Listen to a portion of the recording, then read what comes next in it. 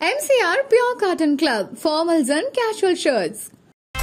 No compromise. Unga side liya, enga side liya. It's a GT promise. GT Holidays, South India's #1 travel brand. பாரம்பரியமான சுவையான புது அறிமுகம் KTV True Value Groundnut Oil.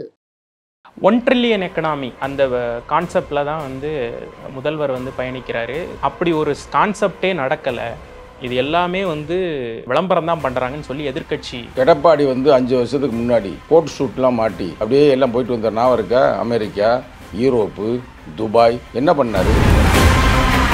தமிழக முதல்வர் தளபதி ஸ்டாலினுடைய ஆட்சி நல்ல ஆட்சியாக இருக்கிறது அனைத்து மக்களுக்கும், தலித்துகளை தவிர. ஓப்பனா தானே சொல்றேன். கல்வி உதவித்தொகை கூட வேற துறைகளுக்கு மாற்றப்பட்டிருக்குன்னு நிறைய அது மாதிரி குற்றங்கள் நிறைய இருக்கு. பிறகு சொன்னோம்னா அவர் கூட்டணியில இவங்க போட்டு ரொம்ப சொல்றாங்கன்னு அவங்க ஃபீல் பண்ணுவாங்க.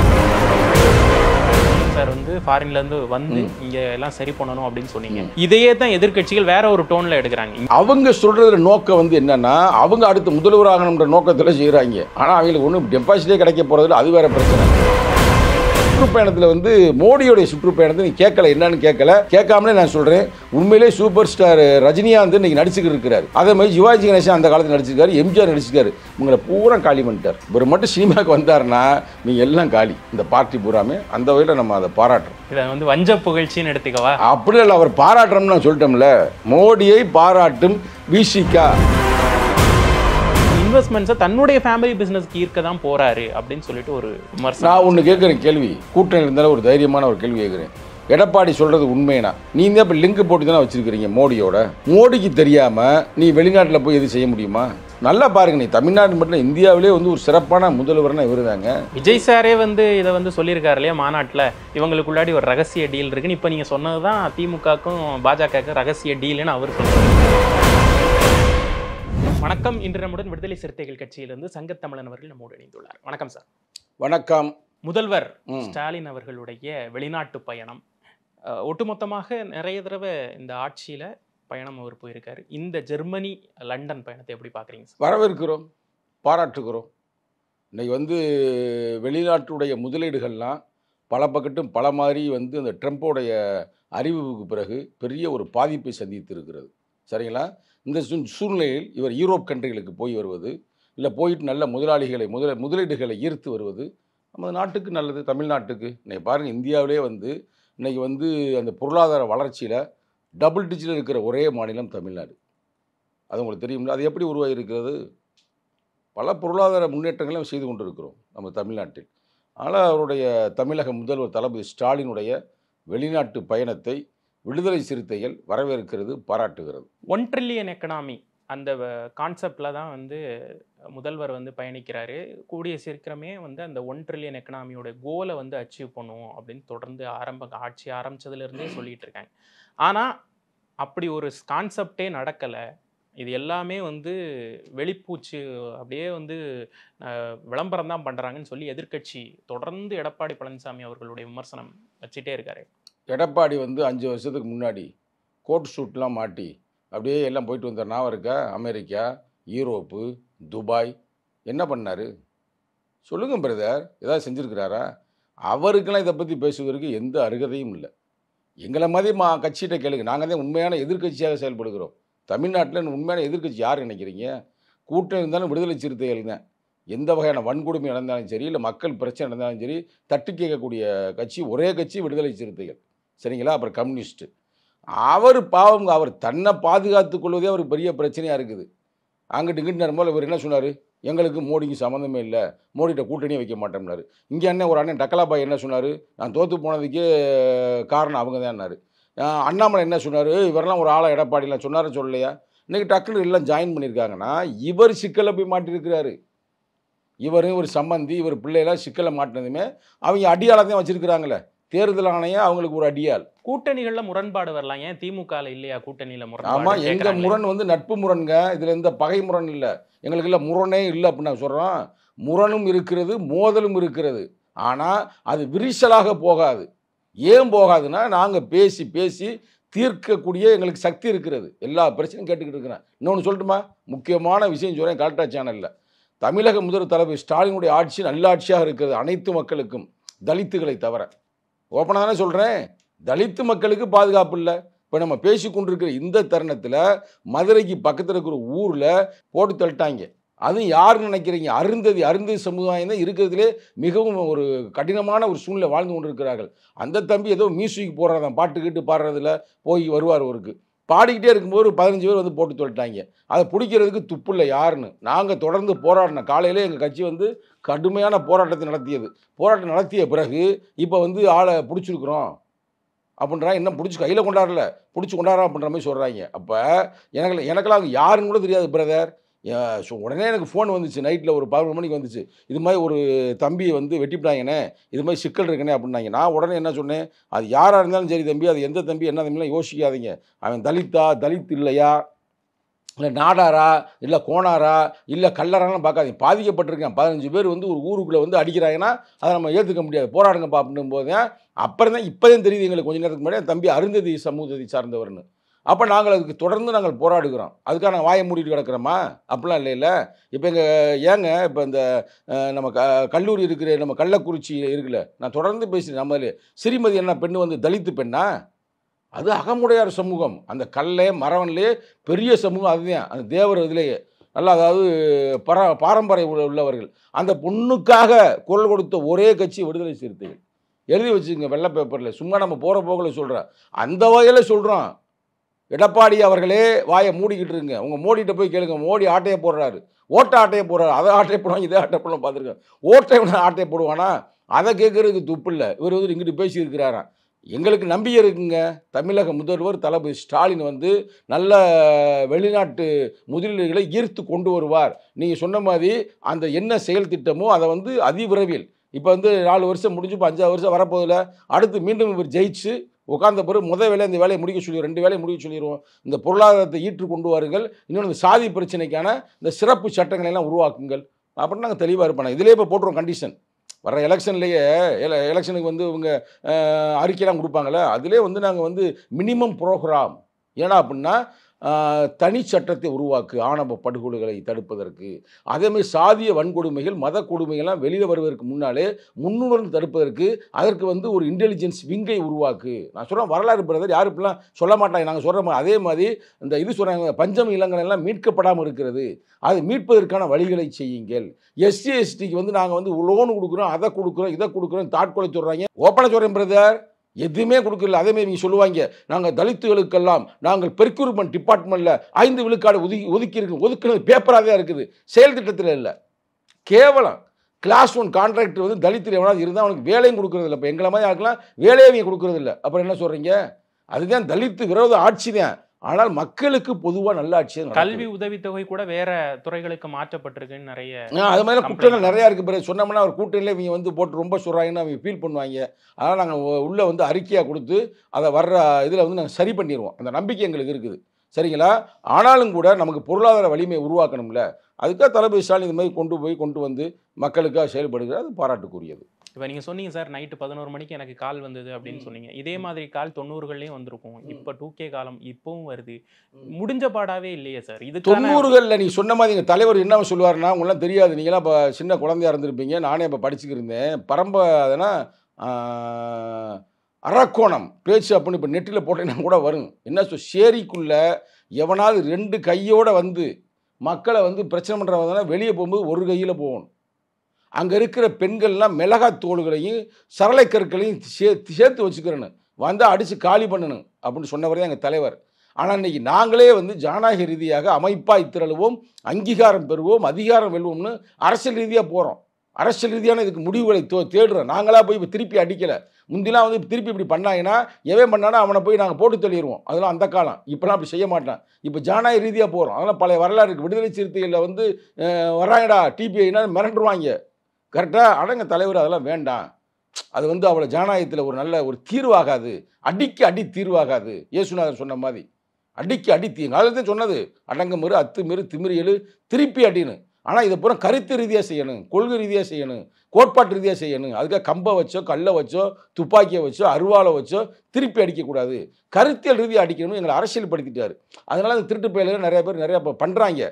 ஆனால் நாங்கள் வந்து அரசியல் ரீதியான அதற்கான ஒரு தீர்வை நாங்கள் நிச்சயமாக எடுப்போம். அதில் எந்த மாற்று கருத்தும் இல்லை. ஆணவ படுகொலைகள் குறித்த சட்டம் நிறைவேற்றுறது ரொம்ப நாளாக பெண்டிங்கிலே இருக்கே சார். அதான் ரொம்ப கேவலமாக இருக்குங்க. ரொம்ப கேவலத்திலையும் கேவலமான செயல் அதுதான். ஆணவ படுகொலையில் இப்போ ஒரு இடத்துல இப்போ நடந்துச்சு. அதில் வந்து 2மே தலித் அல்லாதவர்கள். இப்போ ஒரு வாரத்துக்கு முன்னாடி அப்போ அந்த பெண்ணை வந்து கொலை பண்ணிட்டாங்க. அந்த பெண்ணு தலித் இல்லை. அப்போ ஒரு சிறப்பு சட்டம் இருந்தால் கரெக்டாக பாயும்ல. அது சிறப்பு சட்டம் இல்லாதனால அது ஆணவ படுகொலையிலே வரல. இது எல்லா சமூகத்துக்குமா நீங்க கேட்குறீங்க? எல்லா சமூகத்துக்கும் நாங்கள் கேட்குறோம். நாங்கள் தலித்துக்கு மட்டுமா கேட்குறோம்? நல்லா கேட்டுங்க பிரதர். ஒரு பெண்மகள் வந்து தலித் இல்லை. ஒரு பேர் சொல்லி அந்த பொன்மகள் வந்து ஒரு கல்லர் சமூகத்தை சார்ந்தவர், பையன் வந்து ஒரு தலித் சமூகத்தை சார்ந்தவர். 2 பேரும் காதலிக்கிறான்னு வச்சுங்க. காதலிச்சு முடிச்சதுமே நீ கல்யாணம் பண்ணக்கூடாது அப்படின்னு அவங்க வீட்டில் சொல்கிறாங்க. ஆனால் அவள் கேட்கல. அப்போ அவள் தாய் தந்தை வந்து விஷத்தை வச்சு கொண்டு போடுறாங்கன்னு வச்சுக்கோங்க. சோத்துல விஷத்தை ஈஸியாக வைப்பாங்க இல்லை, கொண்டு போகிறான்னு வச்சுங்க. அப்போ இதை எப்படி வெறும் கொலையை பார்க்க முடியுமா?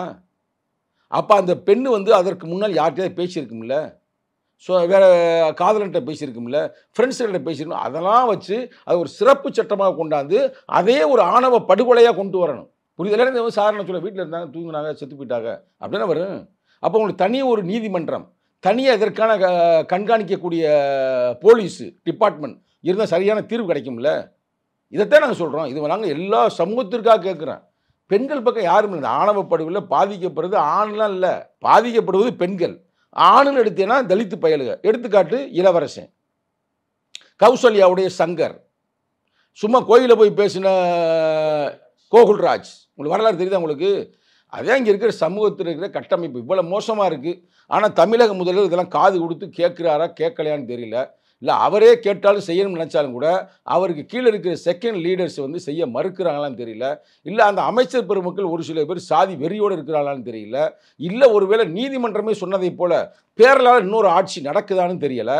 இதெல்லாம் வந்து அவர் வெளிநாட்டிலேருந்து வந்த பிறகு இதெல்லாம் கரெக்டாக. இப்போ வெளிநாட்டில் எவ்வளோ நீ காசுகளையும் பணங்களையும் கொண்டாந்து கொட்டினாலும் இவன் பூரா சாதி கலவரம் பண்ணிக்கிட்டு தெரிஞ்சானா, இவன் பூரா மதக்கலவரம் பண்ணிக்கிருந்தானா, நம்ம நாட்டுக்கு என்னப்பா ஏங்க என்னை கொடுமை பேசிக்கிருக்காங்க. நேற்று வந்து அவர் விநாயகருடைய இது கரைக்க போகிறோம்னு சொல்லிட்டு அங்கிட்டு எங்கே நம்ம தருமபுரி சைடு கவனிச்சிங்களா, தலித்துகள் வந்து ஏன்டா கொண்டு வரேன்னு அங்கே பிரச்சனை பண்ணுறாங்க. ஓசூர்லங்க தலித்துகள் ஏன் நீங்கள் வந்து அவன் ஆக்சுவலாக அவங்க பிஜேபிக்காரங்க, பிஜேபியில் இருக்க தலித்து வந்து இந்த விநாயகர் தூக்கிட்டு வந்துருக்குறாங்க. அங்கே பயங்கர 2 குரூப்பும் கலவரம். நம்மகிட்ட கேட்டாங்க, அடிவாங்கி நல்லா ஷாகட்டும்டான்னு சொல்லியாச்சு. ஏன்டா நீங்களே உங்களை இந்து இல்லைன்றாங்க, அப்புறம் என்ன இந்துவா நீங்கள் போய்கிட்டு இருக்கிறீங்க, அடிவானா மட்டும் கேட்குறாங்க. நான் சொல்ல உங்கள் பிஜேபிட்டே கேட்டுங்கடா அப்படின்னு சொல்லியாச்சு. ஒரு சில பேர் எல்லாரையும் சொல்லல.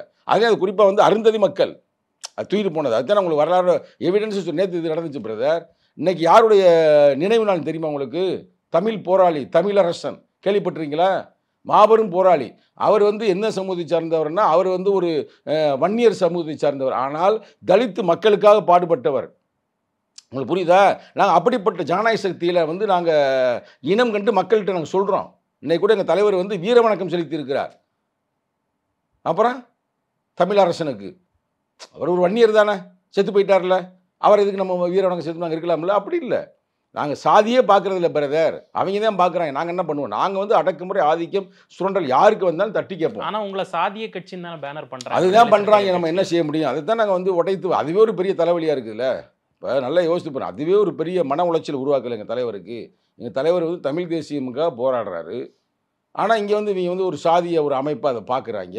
ஆனால் அதெல்லாம் கடந்து வந்துட்டாங்க. அது யாருன்னா ஓப்பனாக சொல்ல பார்க்குறது யாருன்னா, ஒரு ஊரில் ஒரு 10 பேர், ஒரு ஊரில் வந்து 1,00,000 பேர் இருப்பேன் பிரதர், இன்னும் 1000 பேர் இருப்பேன். இந்த பிரச்சனை பண்ணுறேன் 1-2 பேர் தான். கரெக்டாக அந்த 1-2 பேரை அரசாங்கம் வந்து தனது சட்டத்தின் மூலமாக அவங்களை கடுமையாக நடவடிக்கை எடுத்தால் நாடு திருந்தும். இப்போ நீங்கள் ஒரு விஷயங்கள்லாம் சொன்னீங்க, இவ்வளோ பிரச்சனைகள் இங்கே இருக்குது சார், சிஎம் சார் வந்து ஃபாரின்லேருந்து வந்து இங்கே எல்லாம் சரி பண்ணணும் அப்படின்னு சொன்னீங்க. இதையே தான் எதிர்க்கட்சிகள் வேற ஒரு டோனில் எடுக்கிறாங்க. இங்கே இவ்வளவு பிரச்சனை இருக்கிறப்ப நம்ம வெளிநாடு போய் என்ன? அவங்க சொல்கிற நோக்கம் வந்து என்னென்னா, அவங்க அடுத்து முதல்வராகணுன்ற நோக்கத்தில் செய்கிறாங்க. ஆனால் அவங்களுக்கு ஒன்றும் டெபாசிட்டே கிடைக்க போகிறதில்ல. அது வேறு பிரச்சனை. சரிங்களா? இப்போ நல்லா நீங்களே பாருங்கிட்டு திராவிட முன்னேற்ற தலைமையில் ஒரு கூட்டணி, இந்த பக்கத்து அன்பு தம்பி விஜய் தலைமையில் ஒரு கூட்டணி, அங்கிட்டு அண்ணன் சீமான் தலைமையில் ஒரு கூட்டணி, அந்த பக்கத்து தூரத்தில் எடப்பாடி தலைமையில் இன்னொரு கூட்டணி. கரெக்டாக? அப்போ நீ யோசித்து பாருங்கள் பிரதர், மக்கள் நல கூட்டணி எப்படி உருவாச்சு? அந்த மக்கள் நல கூட்டணி உருவான காரணத்தால் தான் ஏடிஎம்கே திருப்பி வெற்றி பெற்றது. அன்றைக்கி மக்கள் நல கூட்டணி இல்லாமல் இருந்தால் திராவிட முன்னேற்ற கழகம் அப்பயே வெற்றி பெற்றிருக்கு. இப்போ அதே பொசிஷன் தான் இன்றைக்கி மக்கள் நல கூட்டணின்றது தான் விஜய். உங்களுக்கு புரியுதா? விஜயோட கூட இன்னும் கூட்டணியில் சில பேர் சேரலாம். ஆனால் இவங்களுக்கு ஈஸியாக வெற்றி பெற்றுவார்கள். அப்படிப்பட்ட சூழ்நிலை இருக்குது. அதனால் அவங்க புலம்பலாம்.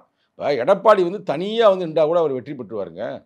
வெற்றினா ஒரு ஈக்குவலாக அவர் ஓட்டு வாங்குவார். ஏன்னா அந்த யோசிப்பை தொடர்ந்து 2 முறை ஆட்சியில் இருந்து ஆட்சியில் அவர்கள் ஒரு எதிர்ப்பாளை வந்தாலும் கூட 70க்கு மேலே சீட்டு வாங்கினார்ல, அதுவே ஒரு சிறப்பு தானே. அப்போ ஏடிஎம்கேக்குன்னு ஒரு ஓட்டு வங்கி இருக்குது. ஆனால் என்னைக்கு பிஜேபியோட போய் சேர்ந்தாங்களோ சோழியை முடிஞ்சு போச்சு. இப்போ பிஜேபி மேலே உங்களுக்கு எதிர்ப்பு எவ்வளோ வந்துட்டு நீங்கள் பாருங்கள். நார்த் இந்தியாவில் பீகாரில் என்ன பண்ணியிருக்கேன்னு உங்களுக்கு எல்லாருக்கும் தெரியும். பல லட்சம் பேர் ஓட்டு ஆட்டையை போட்டிருக்கிறாங்க. இப்போ நீ தானே திருட்டு பைய அப்படின்னு மோடியை பிடிச்சி கொண்டாந்து நிப்பாட்டிட்டார் ராகுல் காந்தி. ஆனால் யார் வந்து அவங்களுக்கு தண்டனை வழங்குவது? மக்கள் தான் நீ வழங்கணும். ஏன்னா அந்த தேர்தல் அதிகாரியே பிஜேபி கட்சியுடைய இளைஞரணி செயலாளருமே செயல்படுறாரு. இப்போ நான் எப்படி விடுதலை சிறுத்தை கட்சியோட இளைஞரணி செயலாளர் கட்சியாக எப்படி பேசுகிறேன், அது மாதிரி வந்து பிஜேபிக்கு ஒரு இளைஞரணி செயலாளர் தான் இன்னைக்கு தேர்தல் அதிகாரி. ஏன்னா ஏற்கனவே மோடி அமித்ஷாவும் தோழர்கள். அதே மாதிரி தான் இடி, அதே மாதிரி தான் இன்கம் டேக்ஸு, இவ்வளோ பேரை வச்சு அவர் வேலையை வாங்கிட்டு இருக்கிறார். இப்போ எங்கள் தலைவர் எங்களை வேலை வாங்குறாருல, இளைஞர் அணியா நீ இந்த வேலையை செய்யி, மகளிர் அணியா இந்த வேலையை செய்யி, தொழிலாளர் அணியா இந்த வேலையை செய்யி, மாணவர் அணியா இந்த வேலையை செய்யி. அது மாதிரி இப்போ வந்து மோடிக்கு வந்து எப்படின்னா, நான் சொன்ன இந்த ஈடியாக இருக்கட்டும், இன்கம் டேக்ஸாக இருக்கட்டும், இல்லை இப்போ இருக்கிற தேர்தல் ஆணையமாக இருக்கட்டும், இதெல்லாம் அடியாட்கள். அடுத்த அணி கூட இல்லை, அடியாள்லாம் இப்போ நேரம் போய் அடிச்சு தூக்கிட்டு வாடா அப்படின்ற மாதிரி அந்த வேலை செய்து நாட்டுக்கு நல்லதல்ல. நான் இப்போ பாருங்கள், இப்போ இந்த பக்கத்து எங்கள் தலைவர் வந்து மக்களுக்காக பாடுபட்டு இருக்கார் தமிழ்நாட்டில். முதல்வர் வந்து இன்றைக்கி வந்து ஜெர்மன் போயிட்டார், ஈர்த்து ஒருவருக்கு. இப்போ இவர் எங்கே போயிட்டாருன்னு தெரியுமா? மோடி சீனா. மோடி அங்கே போயிட்டார், ரைட்டா. ஆனால் அந்த போட்டா பார்த்தா ஒரு பக்கத்து மகிழ்ச்சியாக இருக்குங்க. போட்டாவில் வந்து அத்தனை லீடர் இருந்தாலும் நம்மளால் ஜம்முன்னு இருக்கிறாரு, கோட்டு சூட்டு எல்லாத்துலேயுமே. அதெல்லாம் நம்ம அந்த இதெல்லாம் பாராட்டணும். எங்கேயும் போனால் நம்மளால வந்து டபக்கு நடக்க முடியாமலாம் தெரிவா. இந்திராந்தி அம்மா விடுங்க, அந்த அம்மா கொஞ்சம் வீரியமாக இருக்குது. அடுத்து வந்து 2-3 இதெல்லாம் வந்து அப்படியே அந்த சைடில் நிற்பாங்க, இதில் நிற்பாங்க. ஒரு போய் சென்டரில் நிற்கிறாப்புல கரெக்டாக. அதுக்கு ஒரு காமெடி போட்டு சென்டரில் வடிவேலை நிற்பாட்டி இந்த பக்கத்து 2 நடிகரை போட்டுருந்தாங்க. அதுக்காக சென்டரில் நிற்கிறதுனால சூப்பர் ஸ்டார் ஆகிட முடியுமா, இல்லை ராஜ்கிரண் ஆகிட முடியுமான்னு அந்த படத்தை போடுறாங்க. உங்களுக்கு புரியுதா? அது மாதிரி இவர் வந்து இன்னைக்கு சிவாஜி கணேசன் இல்லாததை வந்து நடிப்பு திறமையால் எல்லாரையும் காலி பண்ணுறாரு. அங்கே வெளிநாடு போனாலும் அவங்க அப்படியே கட்டி பிடிக்கிறது என்ன, ஸ்டைல் பண்ணுறது என்ன, ஆனால் ஒன்றையும் நாட்டுக்கு கொண்டு வர்றதில்லை. இப்போ பாரு, தமிழ்நாட்டில் வந்து இன்னைக்கு பொருளாதார வளர்ச்சியில் அது ஜிபிடி அதுன்னு சொல்லுவாங்கல்ல, ஜிடிபியில் இன்னைக்கு வந்து நல்லா நம்ம டெவலப் ஆகிருக்குல்ல. அப்போ தமிழ்நாட்டை நாங்கள் செய்ய முடியல, இந்தியாவை செய்யுங்க. இந்தியாவுக்குள்ளே தமிழ்நாடு இருக்குது. அப்போ எங்களால் டெவலப் பண்ண முடிகிறத மற்ற மாநிலங்கள் ஏன் உங்களுக்கு செய்ய முடியல? இப்போ கூட அமெரிக்கா 50 விழுக்காடு போட்டிருக்கல, அதில் வந்து குஜராத்தில் 25 விழுக்காடு வந்து அவர் தள்ளுபடி பண்ணுறாராம். யார்? மோடி. கேள்விப்படல, அந்த விஷயம் நிறைய பேர் தெரியாது. முக்கியமான மேட்ரு, குஜராத்தில் மட்டும் அந்த வெளிநாட்டுக்கு அமெரிக்கா அனுப்புகிற 25% தள்ளுபடி பண்ணுறாங்க. தள்ளுபடி கவர்மெண்ட் எடுத்து தருமா அந்த இதை இழப்பீடை? ஏன் நீ இந்தியாவுக்குள்ளே கொடுக்கணும்? நீ இந்தியாவுக்கு தானே பிரதமர். நீ குஜராத்தில் பிறந்தாலும் இந்தியாவோட பிரதமரில் அந்த புத்தி இவங்களுக்கு வர்றதில்லை. நம்ம தமிழ்நாட்டில் பிறந்திருந்தால் நம்ம இந்தியாவுக்காக நம்ம போராடுவோம். நமக்கு கலாச்சாரம் வேறு, பண்பாடு வேறு. இன்னும் சொல்ல போனால் அவங்க அது என்ன, அந்த நார்த் இந்தியாவில் இருக்கிற அந்த கலாச்சார பண்பாடை விட நம்ம உயர்ந்தவர்கள்ன்றது உலகத்துக்கே தெரிஞ்சு வச்சுங்களேன். ஆனால் அவங்க வந்து எப்படின்னு தனியாக போவாங்க. ஆனால் நம்ம யாதும் முறை யாவரும் கேளுன்னு ஒன்றா சேர்த்து போவோம். இதே நமக்கும் அவங்களுக்குள்ள வித்தியாசம். அதனால் வந்து சுற்றுப்பயணத்தில் வந்து மோடியோடைய சுற்றுப்பயணத்தை நீ கேட்கல, என்னன்னு கேட்காமலே நான் சொல்கிறேன். உண்மையிலே சூப்பர் ஸ்டார் ரஜினிகாந்த் இன்றைக்கி நடிச்சுக்கிட்டு இருக்கிறார்.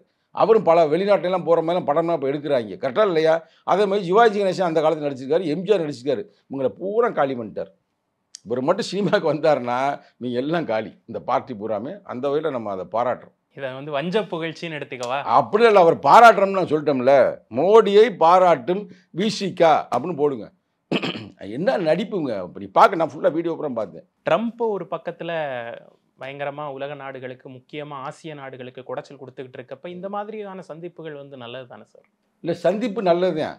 ஏதாவது ரிசல்ட் கிடச்சுன்னா பரவாயில்ல. இவர் இதனால் வரைக்கும் வெளிநாடுகளுக்கெல்லாம் போனார், எதையாவது ஒன்று உருப்படியாக செஞ்சாரா? இப்போ வார் நடந்துச்சு, நமக்கும் பாகிஸ்தானும் வந்துச்சு.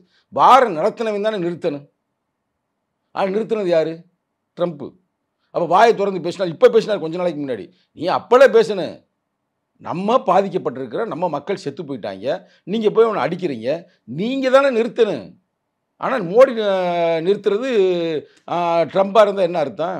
அதனால் நம்ம ஆள் வந்து கொஞ்சம் ரொம்ப பயந்த ஆளுங்க. நடிகர் பூரா அப்படித்தானே, சும்மா பேசுகிறது மட்டும் டயலாக் பேசுகிறது. இந்த வடிவேலு சொன்ன மாதிரி பாடிலாம் ஓகே தான், ஆனால் பேஸ்மெண்ட்டு தான் ஒன்றும் சரியில்லை, வீக்காக இருக்குது அப்படின்ற மாதிரி அவர் வந்து அது மாதிரி செயல்படுறாப்புல. நம்ம நாட்டுக்கு என்ன சொல்லுங்கள், ஒரு வெளிநாட்டுக்கு இப்போ 5 வருஷமாக 10 வருஷமாகி 11ஆவது வருஷம் வந்துருச்சு, என்னத்தை பண்ணியிருக்கான்னு சொல்லுங்கள். இல்லை பொருளாதார ரீதியாக வளர்ச்சியை உருவாக்கியிருக்கு. அவர் நல்லா ட்ரெஸ்ஸு மேக்கிங், அவர் இளமையாக இருக்காருங்க. முதல்ல பழைய நீ இன்னும் நான் சொல்கிற தப்புனா நீ உங்கள் நெட்டை எடுத்து பாருங்கள். அவர் சிஎம்மாக இருக்கிறப்ப அவர் ஃபேஸை பாருங்கள். இப்போ என்னென்னா அவர் காளான் சாப்பிட்றாராம், காஸ்ட்லியான காளான். அதுமாதிரி ட்ரெஸ்லாம் வந்து பயங்கர மேக்கிங், தனியாக அதுக்குன்னே ஒரு குரூப்பை வச்சு இந்த ட்ரெஸ் இந்த இது மாதிரி பண்ணுறது. அந்த வகையில் அவர் வந்து உலகத்தில் யாருமே இல்லை. ட்ரம்பாவது சைனாக்காரு, ஆனால் யாரும் வர முடியாது. அந்த வகையில் பார்த்தா இவர் நம்பர் 1. உடையும் ஒரு அரசியல் தானே. இல்லை அதே நான் பாராட்டுறேன். இப்போ நான் ஒன்றும் வந்து அவர் வந்து நக்கல் பண்ணலைங்க, நக்கல் பண்ண நினச்சிங்களா? அதில் சூப்பருங்க. வெளி தோற்றத்துக்கு நம்பர் 1. ஒரு நடை உடை பாவனையை நாங்கள் பாராட்டுறோம். ஆனால் உள்ளே ஒன்றுமே இல்லை. உள்ளே பூரா டம்மி பீஸாக இருக்குது. அதான் இருக்கிற பிரச்சனையே. வெளியில் மட்டும் பார்க்குறதுக்கு வந்து அப்படி இருக்குது, மாசாக இருக்குது. உள்ளே பார்த்தா பூரா டம்மியாக இருக்குது. அதான் சிக்கல். நம்ம சிஎம் சாருடைய இந்த சுற்றுப்பயணம், இந்த சுற்றுப்பயணம் வந்து 2019 பர்சனல் ட்ரிப் போகிறோம் அப்படின்னு சொல்லிட்டு ஸ்டாலின் சார் வந்து வெளிநாடு போனப்பவே அப்போது சிஎம்மாக இருந்த எடப்பாடி அவர்கள் வந்து கொஷின்ஸ் வச்சார். அவர் எதுக்கு போகிறாரு அப்படிங்கிறத வந்து தெரியப்படுத்தணும். இவர் பர்சனல் ட்ரிப் அப்படின்றார்.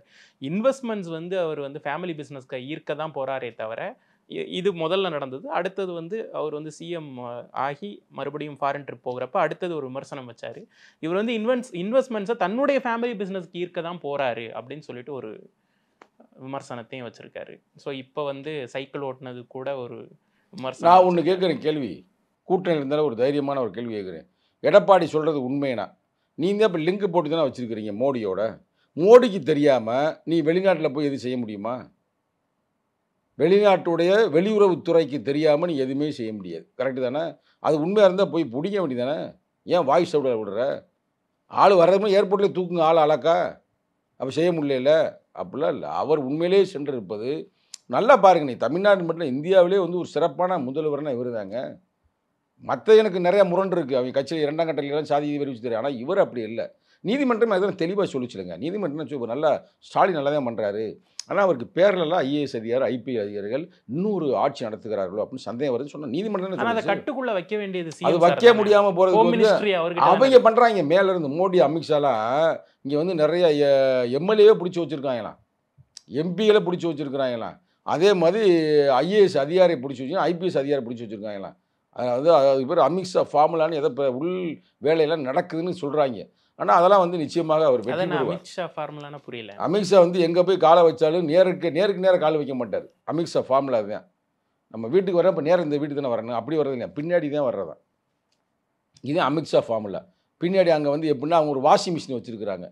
அரசியல் வேணாலும் ஆட்டையை போடுவாங்கல்ல, வாப்டே ரொம்ப ஆட்டையை போட்டுக்கிட்ட ஈடி எங்கள் அடியாளுன்னு சொல்லிட்டாங்க. சரி வா உனக்கு வாஷ் பண்ணணும்னு வாஷ் பண்ணி முடிச்சுட்டு என்ன பண்ணுற அப்படின்னவே நான் அவங்க பேச்சை கேட்குறேங்க. அவ்வளோ மேட்டர் முடிஞ்சு. இதே அவருடைய ஃபார்முலா. அந்த வேலையை இப்போ தமிழ்நாட்டில் ஆரம்பித்து ரொம்ப நாளாக ஆச்சான். இப்போ ஒரு யோசித்து பாருங்கள், நம்ம டாஸ்மார்க் மேலே ஒரு ரைடு விட்டாங்கல்ல, இப்போ அது என்னாச்சு? 1000 கோடி. இப்போ என்னங்க ஆச்சு? அப்படியே நிலுவையில் இருக்கு. அதை நீ எடுத்து பாருங்க, இன்னைக்கு பேப்பரை கூட எடுத்து பாருங்க. அதாவது சிபிசிஐடியோ இடியோ எல்லாம் நான் நடத்துமா, ரைடு விடுமா, ஆனால் அதுக்கு தண்டனை என்று பார்த்தால் மிக மிக குறைவுன்றாங்க. ஒரு விழுக்காடு கூட வராது. அவ்வளவு கேஸ் நிலுவையிலேயே கிடக்குது. இன்னைக்கு வந்து செய்தி பிரதர், பழைய செய்திலாம் இன்னைக்கு வந்து செய்தி. அப்போ இவங்களுக்கு மேலேயே நான் முன்னாடி சொன்னது தான், அடியாள் மாதிரி மிரட்டுறது, சரண்டர் ஆகிட்டானா முடிச்சுருது. அப்படிதான் விஜய் பண்ணி வச்சிருக்கான்னு சொல்கிறாங்க. விஜய் சாரே வந்து இதை வந்து சொல்லியிருக்காரு இல்லையா மாநாட்டில், இவங்களுக்குள்ளாடி ஒரு ரகசிய டீல் இருக்குன்னு. இப்போ நீங்கள் சொன்னது தான் திமுகக்கும் பாஜகவுக்கும் ரகசிய டீல்னு அவர் சொல்கிறாரு. நான் விஜய்க்கு மேட்டரே சொல்கிறேன், உங்களுக்கு தெரியாத மேட்டரே சொல்கிறேன். விஜய் அவர் பாட்டுக்கு செவனைன்னு நடிச்சுக்கிட்டு தாங்க இருந்தார். நல்லா ஜாலியாக வந்து டான்ஸை போடுறது, நல்லா வெற்றி படங்களை கொடுக்குறது ஒரு வேலை. ஒன்றும் அவர் எந்த ஃபீஸ்ஃபுல்லாக போய்க்கிறது லைஃபு. திடீர்னு ஒரு நாள் ரைடு விட்டாங்க பார்த்தீங்களா? நான் இருக்கா இதெல்லாம் நான் சொல்ல உண்மை பிரதர். ரைடு விடவுமே பல கருப்பு பணங்களை பிடிச்சிட்டாங்க. இவர் வந்து 50-50 வாங்குறது, அதில் வந்து 50 வந்து இப்படி இருக்காமே பிடிச்சிட்டாங்க. என்ன வாப்பா பிஜேபிக்கு வா, பிஜேபி ஆதரவார் இல்லைன்னா உன்னை இது பண்ணி போடும் அப்படி இப்படின்னு ரகலை பண்ணியிருக்காங்க. அதை விட ரொம்ப கொடூரமாக பண்ணது என்னென்னா, அவர் அப்போ தான் லைட்டாக முடி கொட்டுன்னு நேரம். நான் சொல்கிறப்ப 100 உண்மை பிரதர். அந்த ரைடு போனாலும் ஒரு ஆளுங்களை வேண்டிய ஆள். அப்போ முடியெல்லாம் அவுத்துருக்குறாங்க, முடியெல்லாம் எடுத்துருக்காங்க. அவர் ரொம்ப அப்செட் ஆகிட்டார். என் முடியெல்லாம் எடுறான்றீங்க, என்னை இவ்வளவு ரைடு பண்ணுறீங்களா? என்னமோ நான் மட்டும்தான் நம்ம உலகத்தில் தமிழ்நாட்டில் மட்டும் இல்லை இந்தியா பூரா கருப்பணம்லாம் வாங்கி தான் நடிக்கிறாங்க நடிகைகளாம். அதை கண்டுபிடிக்க துப்பில் என்னை வந்து ரைடு பண்ணுறீங்களா, நான் யாருன்னு காட்டுறேன் பாடுறான். அப்படி தான் அந்த அரசியலே ஆரம்பிச்சது. இன்னமும் சொல்ல போனால் அவங்களோட இதோட நல்ல ஆசையோட கட்சிக்கு வரான்னு கூப்பிட்டுருக்காங்க. இவர் வரல. சரி கட்சிக்கு தானே வரல, நீ ஒரு கட்சியை ஆரம்பி உடச்சூடு ஓட்டுக்கலாம் அப்படின்னு நினச்சி அவங்க பண்ணது. ஆனால் உடையிற ஓட்டு பூரா அவங்க ஓட்டாக உடையுது. இவர் இப்போ கட்சி ஆரம்பிச்சது இப்போ உங்களுக்கு வந்துச்சா கருத்து கணிப்பு என்ன சொன்னாங்க? விஜய் கட்சி ஆரம்பித்தது ஸ்டாலினுக்கு தான் லாபம் வந்துச்சா இல்லையா? திமுக கூட்டணிக்கு தான் லாபம். இப்போ 3 நாளைக்கு மேலே வந்ததுங்க ரிப்போர்ட்டுங்க. அதனால் வந்து இப்போ வேறமே ஆகிப்போச்சு. இப்போ ரொம்ப குழம்பி போயிருக்கிறாங்க. அந்த இடிஏ என்னடா ரைடு விட்டு அதை விட்டு இதை விட்டு சும்மா இருந்தவர் நம்ம வாடு கிளப்பி விட்டோம். இப்போ அவர் வந்து பார்த்துட்டு பஞ்சு டயலாக்காக பேசிக்கிருக்காரு மதுரையில் இருந்து. பெரிய சிக்கல்னு அது ஒரு சைடில் ஓடிக்கிட்டே இருக்குது. ஆனாலும் கூட தமிழ்நாட்டை பொறுத்தவரை மீண்டும் சொல்கிறேன், நீங்கள் வேறு எங்கே மேலும் பாருங்கள், மற்ற ஸ்டேட்டோட கம்பேர் பண்ணுங்கள். சாதி பிரச்சனை கூட தான். சாதியெலாம் உத்தரப்பிரதேசம் ரொம்ப மோசம். ஆணவப்படி நம்பர் 1 அங்கே தான். சாதிய வன்கொடுமை அங்கே தான் நம்பர் 1. இருந்தாலும் அங்கே இருக்குது அப்படின்றக்கா நம்ம இங்கே பேச முடியாது. பெரியார் மண் கரெக்டாக. அப்போ இந்த மண்ணில் நடக்கக்கூடாதுன்ற எங்களுடைய கோபம், எங்களுடைய கோரிக்கை கூட அதுதான். அதனால் மீண்டும் மீண்டும் நாங்கள் வலியுறுத்துகிறோம். அதில் எந்த மாற்று கருத்துமே இல்லை. ஆணவ படுகொலை தடுப்பதற்கு தனிச்சட்டத்தை உருவாக்காமல் நாங்கள் ஓய மாட்டோம். விடுதலை சிறுத்தைகள் சாதிய ரீதியான வன்முறையாகட்டும், படுகொலைகளாகட்டும், இது எல்லாமே சட்ட ஒழுங்கோட பின்னி பிணைஞ்சு கிடக்குது. சட்ட ஒழுங்கு சந்தி சிரிக்கிறது அப்படின்னு தொடர்ந்து எதிர்கட்சிகளோட விமர்சனமா. எதிர்கட்சியை விடுங்க பிரதர், எதிர்கட்சி போய் இல்லாத கட்சியை நீங்க பேசிக்கிறீங்களா? சரி, விடுதலை சிறுத்தைகள் தான் எதிர்கட்சி. சந்தி சிரிக்கி தானே சொல்றேன் நான். நம்ம சந்தி சிரிக்காம இருக்கு அப்படின்னு சொன்னா இல்ல உடனே எடப்பாடி சொல்லிட்டாரு, அவர் சொல்லிட்டாரு. ஆனா அட்ரஸ் பண்றது வந்து முதல்வர் தான் நீங்க அட்ரஸ் பண்ணணும். நீங்க காவல்துறையவே அடிக்கிறீங்களே. விடுதலை சிறுத்தைகள் கட்சி எல்லாருமே காவல்துறையினர் மேலதான் குற்றம் சொல்றீங்களே. பிரதர், நான் யதார்த்தத்தை பேசக்கூடிய ஆளு பிரதர். நாங்க ஒன்றும் வளஞ்சு எங்க தலைவர் போய் நேராக பேசும்போது முதல்வர் பார்க்குறாருல, முதல்வர் சொல்லிடுறாராம், ஓகே ஆணவ படுகொலை தடுப்பு தனிச்சட்டத்தை உருவாக்கிடுவோம் நம்பர் 1. வேற என்ன நீங்கள் சொன்னீங்க, சாதி இந்த வன்கொடுமைகள்லாம் முன்னுணர்வு தடுப்பதற்கு ஒரு இன்டெலிஜென்ஸ் விங்கை உருவாக்கணும்னு நேராக சொல்லிடுவாராம். அவர் ஓகேன்னு சொல்லிடுவாராம். ஆனால் இந்த அதிகாரிகள் நடைமுறைப்படுத்தாமல் இருக்கு. நான் சொல்கிறது 100க்கு 100 உண்மை. இதில் ஒன்று நான் பூசி முழுகும் எனக்கு என்ன தேவை இருக்குது? எங்களுக்கு வந்து எங்கள் மக்கள் தான் முக்கியம். இதுதான் இங்கே இருக்கிற யதார்த்தம். இதை நீங்கள் எப்படி ஆனால் எதிர்கட்சி சொல்லுதுன்னா அவங்க சுயலாபத்துக்காக சொல்லுவாங்க. அவங்க வந்தேன்னா இதை நாங்கள் பேசக்கூட முடியாது. ஆணவ படுகொலை தடுப்பு தனிச்சட்டத்தை போனால் என் மேலே குண்டாஸ் போட்டுருவாங்க. ஆனால் இங்கே வந்து சமூக நீதி அப்படின்ற கோட்பாட்டில் நான் உரிமையாக பேசுகிறேன். உங்களுக்கு புரியுதா? உங்களுக்கு இதை நான் சொல்கிறது 100க்கு 100 இதாக தனி. ஆரம்பத்தில் கேட்டீங்க அன்னைக்கு ஆணவ படுகொலை இல்லையா, இன்னைக்கு இருக்குது, அன்னைக்கு இருந்த மாதிரி இன்னைக்கு இருக்குன்னா உண்மைதான். ஆனால் அந்த ஒப்பீட்டு அளவில் அன்னைக்கு இருந்ததோ இன்னைக்கு இருக்குது. ஆனால் அன்னைக்கு தைரியமாக பேச முடியாது. இன்றைக்கி நான் ஜனநாயக ரீதியாக பேச முடியும். அன்னைக்கு நாங்கள் செயல் திட்டம் தான் உருவாக்க முடியும். மறைமுக செயல் திட்டம். ரைட்டர் இவனை சாதி வரையும் இவன் தாண்டா அந்த ஊருக்கு முக்கியமான ஆள் பண்ணானா தூக்குறாவனை, அதை செய்ய முடியும். அது வந்து ஆரம்ப காலகட்டத்தில் கம்யூனிஸ்டே செஞ்சது தான். வெண்மணியில் என்ன ஆகி போச்சு, 40-45 குடும்பத்தை எரிச்சேன். நீதிமன்றத்துக்கு போகிறேன். அதனால் இளைஞர்களுக்கு தெரியாது சொல்லணும். நீதிமன்றத்துக்கு போகிறேன் அந்த கிழமை. ஆனால் நீதிமன்றம் என்ன சொல்லிச்சு, இவர் பெரிய பணக்காரு, இவர்கிட்ட வந்து கார்லாம் வச்சுருக்கிறாரு, வரி கட்டுறாரு, இவராக போய் இதை செய்வார் அப்படின்னு நீதிமன்றம் விடுதலை பண்ணிருச்சுங்க. நீதிமன்றம் விடுதலை பண்ண பிறகு அவரை வந்து சீனிவாச ராவ் அப்படின்னு தலைமையில், அவர் ஒன்றும் தலித் இல்லை, அவர் யார், பிராமணன். அவருக்கு கீழே இருக்கிற ஒரு குரூப்பு அவரை அழித்துழைத்தார்கள். இது மாதிரி பல வரலாறு விடுதலை சிறுத்தைகள் இருக்குது. அதை இப்போ நம்ம பேச முடியாது. சரிங்களா? ஒரு எடுத்துக்காட்டுக்காக நான் சொன்னேன். ஆனால் எங்கள் வரலாறு வந்து நாங்கள் எடுத்து பேச முடியாது அந்த நேரத்தில். ஆனாலும் கூட எங்கள் தலைவர் அதெல்லாம் விட்டுட்டு இன்னைக்கு ஜனநாயக ரீதியாக, ஏன்னா நாங்கள் 10 வருஷம் நாங்கள் வந்து ஒரு கம்யூனிஸ்ட் அமைப்பு மாதிரியாக இருந்தோம். இன்னும் சொல்லப்போனால் ஒரு மறைமுகமாக இயங்குகின்ற ஒரு அமைப்பு மாதிரியாக இருந்தோம். அப்போல்லாம் எங்கள் தலைவருடைய முகமே நிறைய பேர் தெரியாது. எங்கள் பழைய வால் போஸ்ட் எடுத்து பாருங்களேன், டிபிஐன்னு இருக்குது, எங்கள் தலைவர் முகமே இருக்காது. திருமாவளவன், ஈரா திருமாவளவன் இருக்குது, ஆனால் அவர் முகம் எங்கடானா தெரியாது. முத தந்தை பெரியாரையும் புரட்சியாளர் அம்பேத்கரையும் சேர்த்து போட்டது இவர் தான், எங்கள் தலைவர் தான். நீளத்தையும் சிகப்பையும் சேர்த்து கலரை சேர்த்து எங்கள் தலைவர் தான். பெரிய ஒரு மாற்றமாக இருந்துச்சு. இன்றைக்கி ஜனநாயக ரீதியாக போகிறோம். நிச்சயமாக இந்த இதுக்கான தீர்வுகள் கிடைக்கும். நாங்கள் அதுக்காக விட்டுற மாட்டோம், தொடர்ந்து வலியுறுத்துவோம். இப்போ நல்லா பாருங்கள், கூட்டணி தான் இருக்கிறேன். கூட்டணியில் இன்றைக்கி 2வது பெரிய அமைப்பு எங்கள் கட்சி தான். தைரியமாக எங்களுக்கு சொல்லுவார், பரவாயில்ல எல்லா இடத்துலையும் இருக்குது. அதுக்கு ஆணவ படுகொலை அவர் செய்ய மாட்டார், எதுக்கு திருப்பி போராடிக்கிட்டு அதை ஒன்றும் கண்டுக்கிறாமல் விட்டுருவோம் அப்படின்னா எல்லா சுயநலவாதிகள் அப்படியே செய்வாங்க. உங்களுக்கு தெரியாத அரசியல் ஒன்றும் இல்லை. நீங்களும் ஒரு நீண்ட அனுபவம் உள்ள ஆள் தான் இந்த நெறியாளுமையில். அப்போ எங்கள் தலைவர் அப்படின்னு சொன்னாரா, இல்லை என்னையிருந்து வாயை மூடி கடறான்னு சொன்னாரா? நான் மேடைக்கு மேடை பேசி தானே இருக்கிறேன். தொடர்ந்து வலியுறுத்தும். எங்களுக்கு இங்கே பிறகு பிரதர் கூட்டணி நாங்கள் உங்களோட ஏன் இருக்கோம்னா, ஸ்டாலின் ஒரு நல்ல மனிதர். அவர் மக்களுக்காக பாடுபடுறதுக்காக ரெடியாக இருக்கார். அவர் ஒரு திராவிட மாடலில் ஒரு கோட்பாடை கொடுக்குறாரு. ஆனால் அதை நடைமுறைப்படுத்துறதுக்கு அவர் நடைமுறை சிக்கல் இருக்குது. அதை நாங்கள் சரி செய்ய முடியும்னு நம்பிக்கையோடு நாங்கள் இருக்கிறோம். தொடர்ந்து பேசுவோம் சார். இன்னும் நிறைய விஷயங்களை உங்களுடைய நேரத்திற்கும் கருத்திற்கும் நன்றி. நன்றி, வணக்கம். MCR Pure Cotton Club, formals and casual shirts.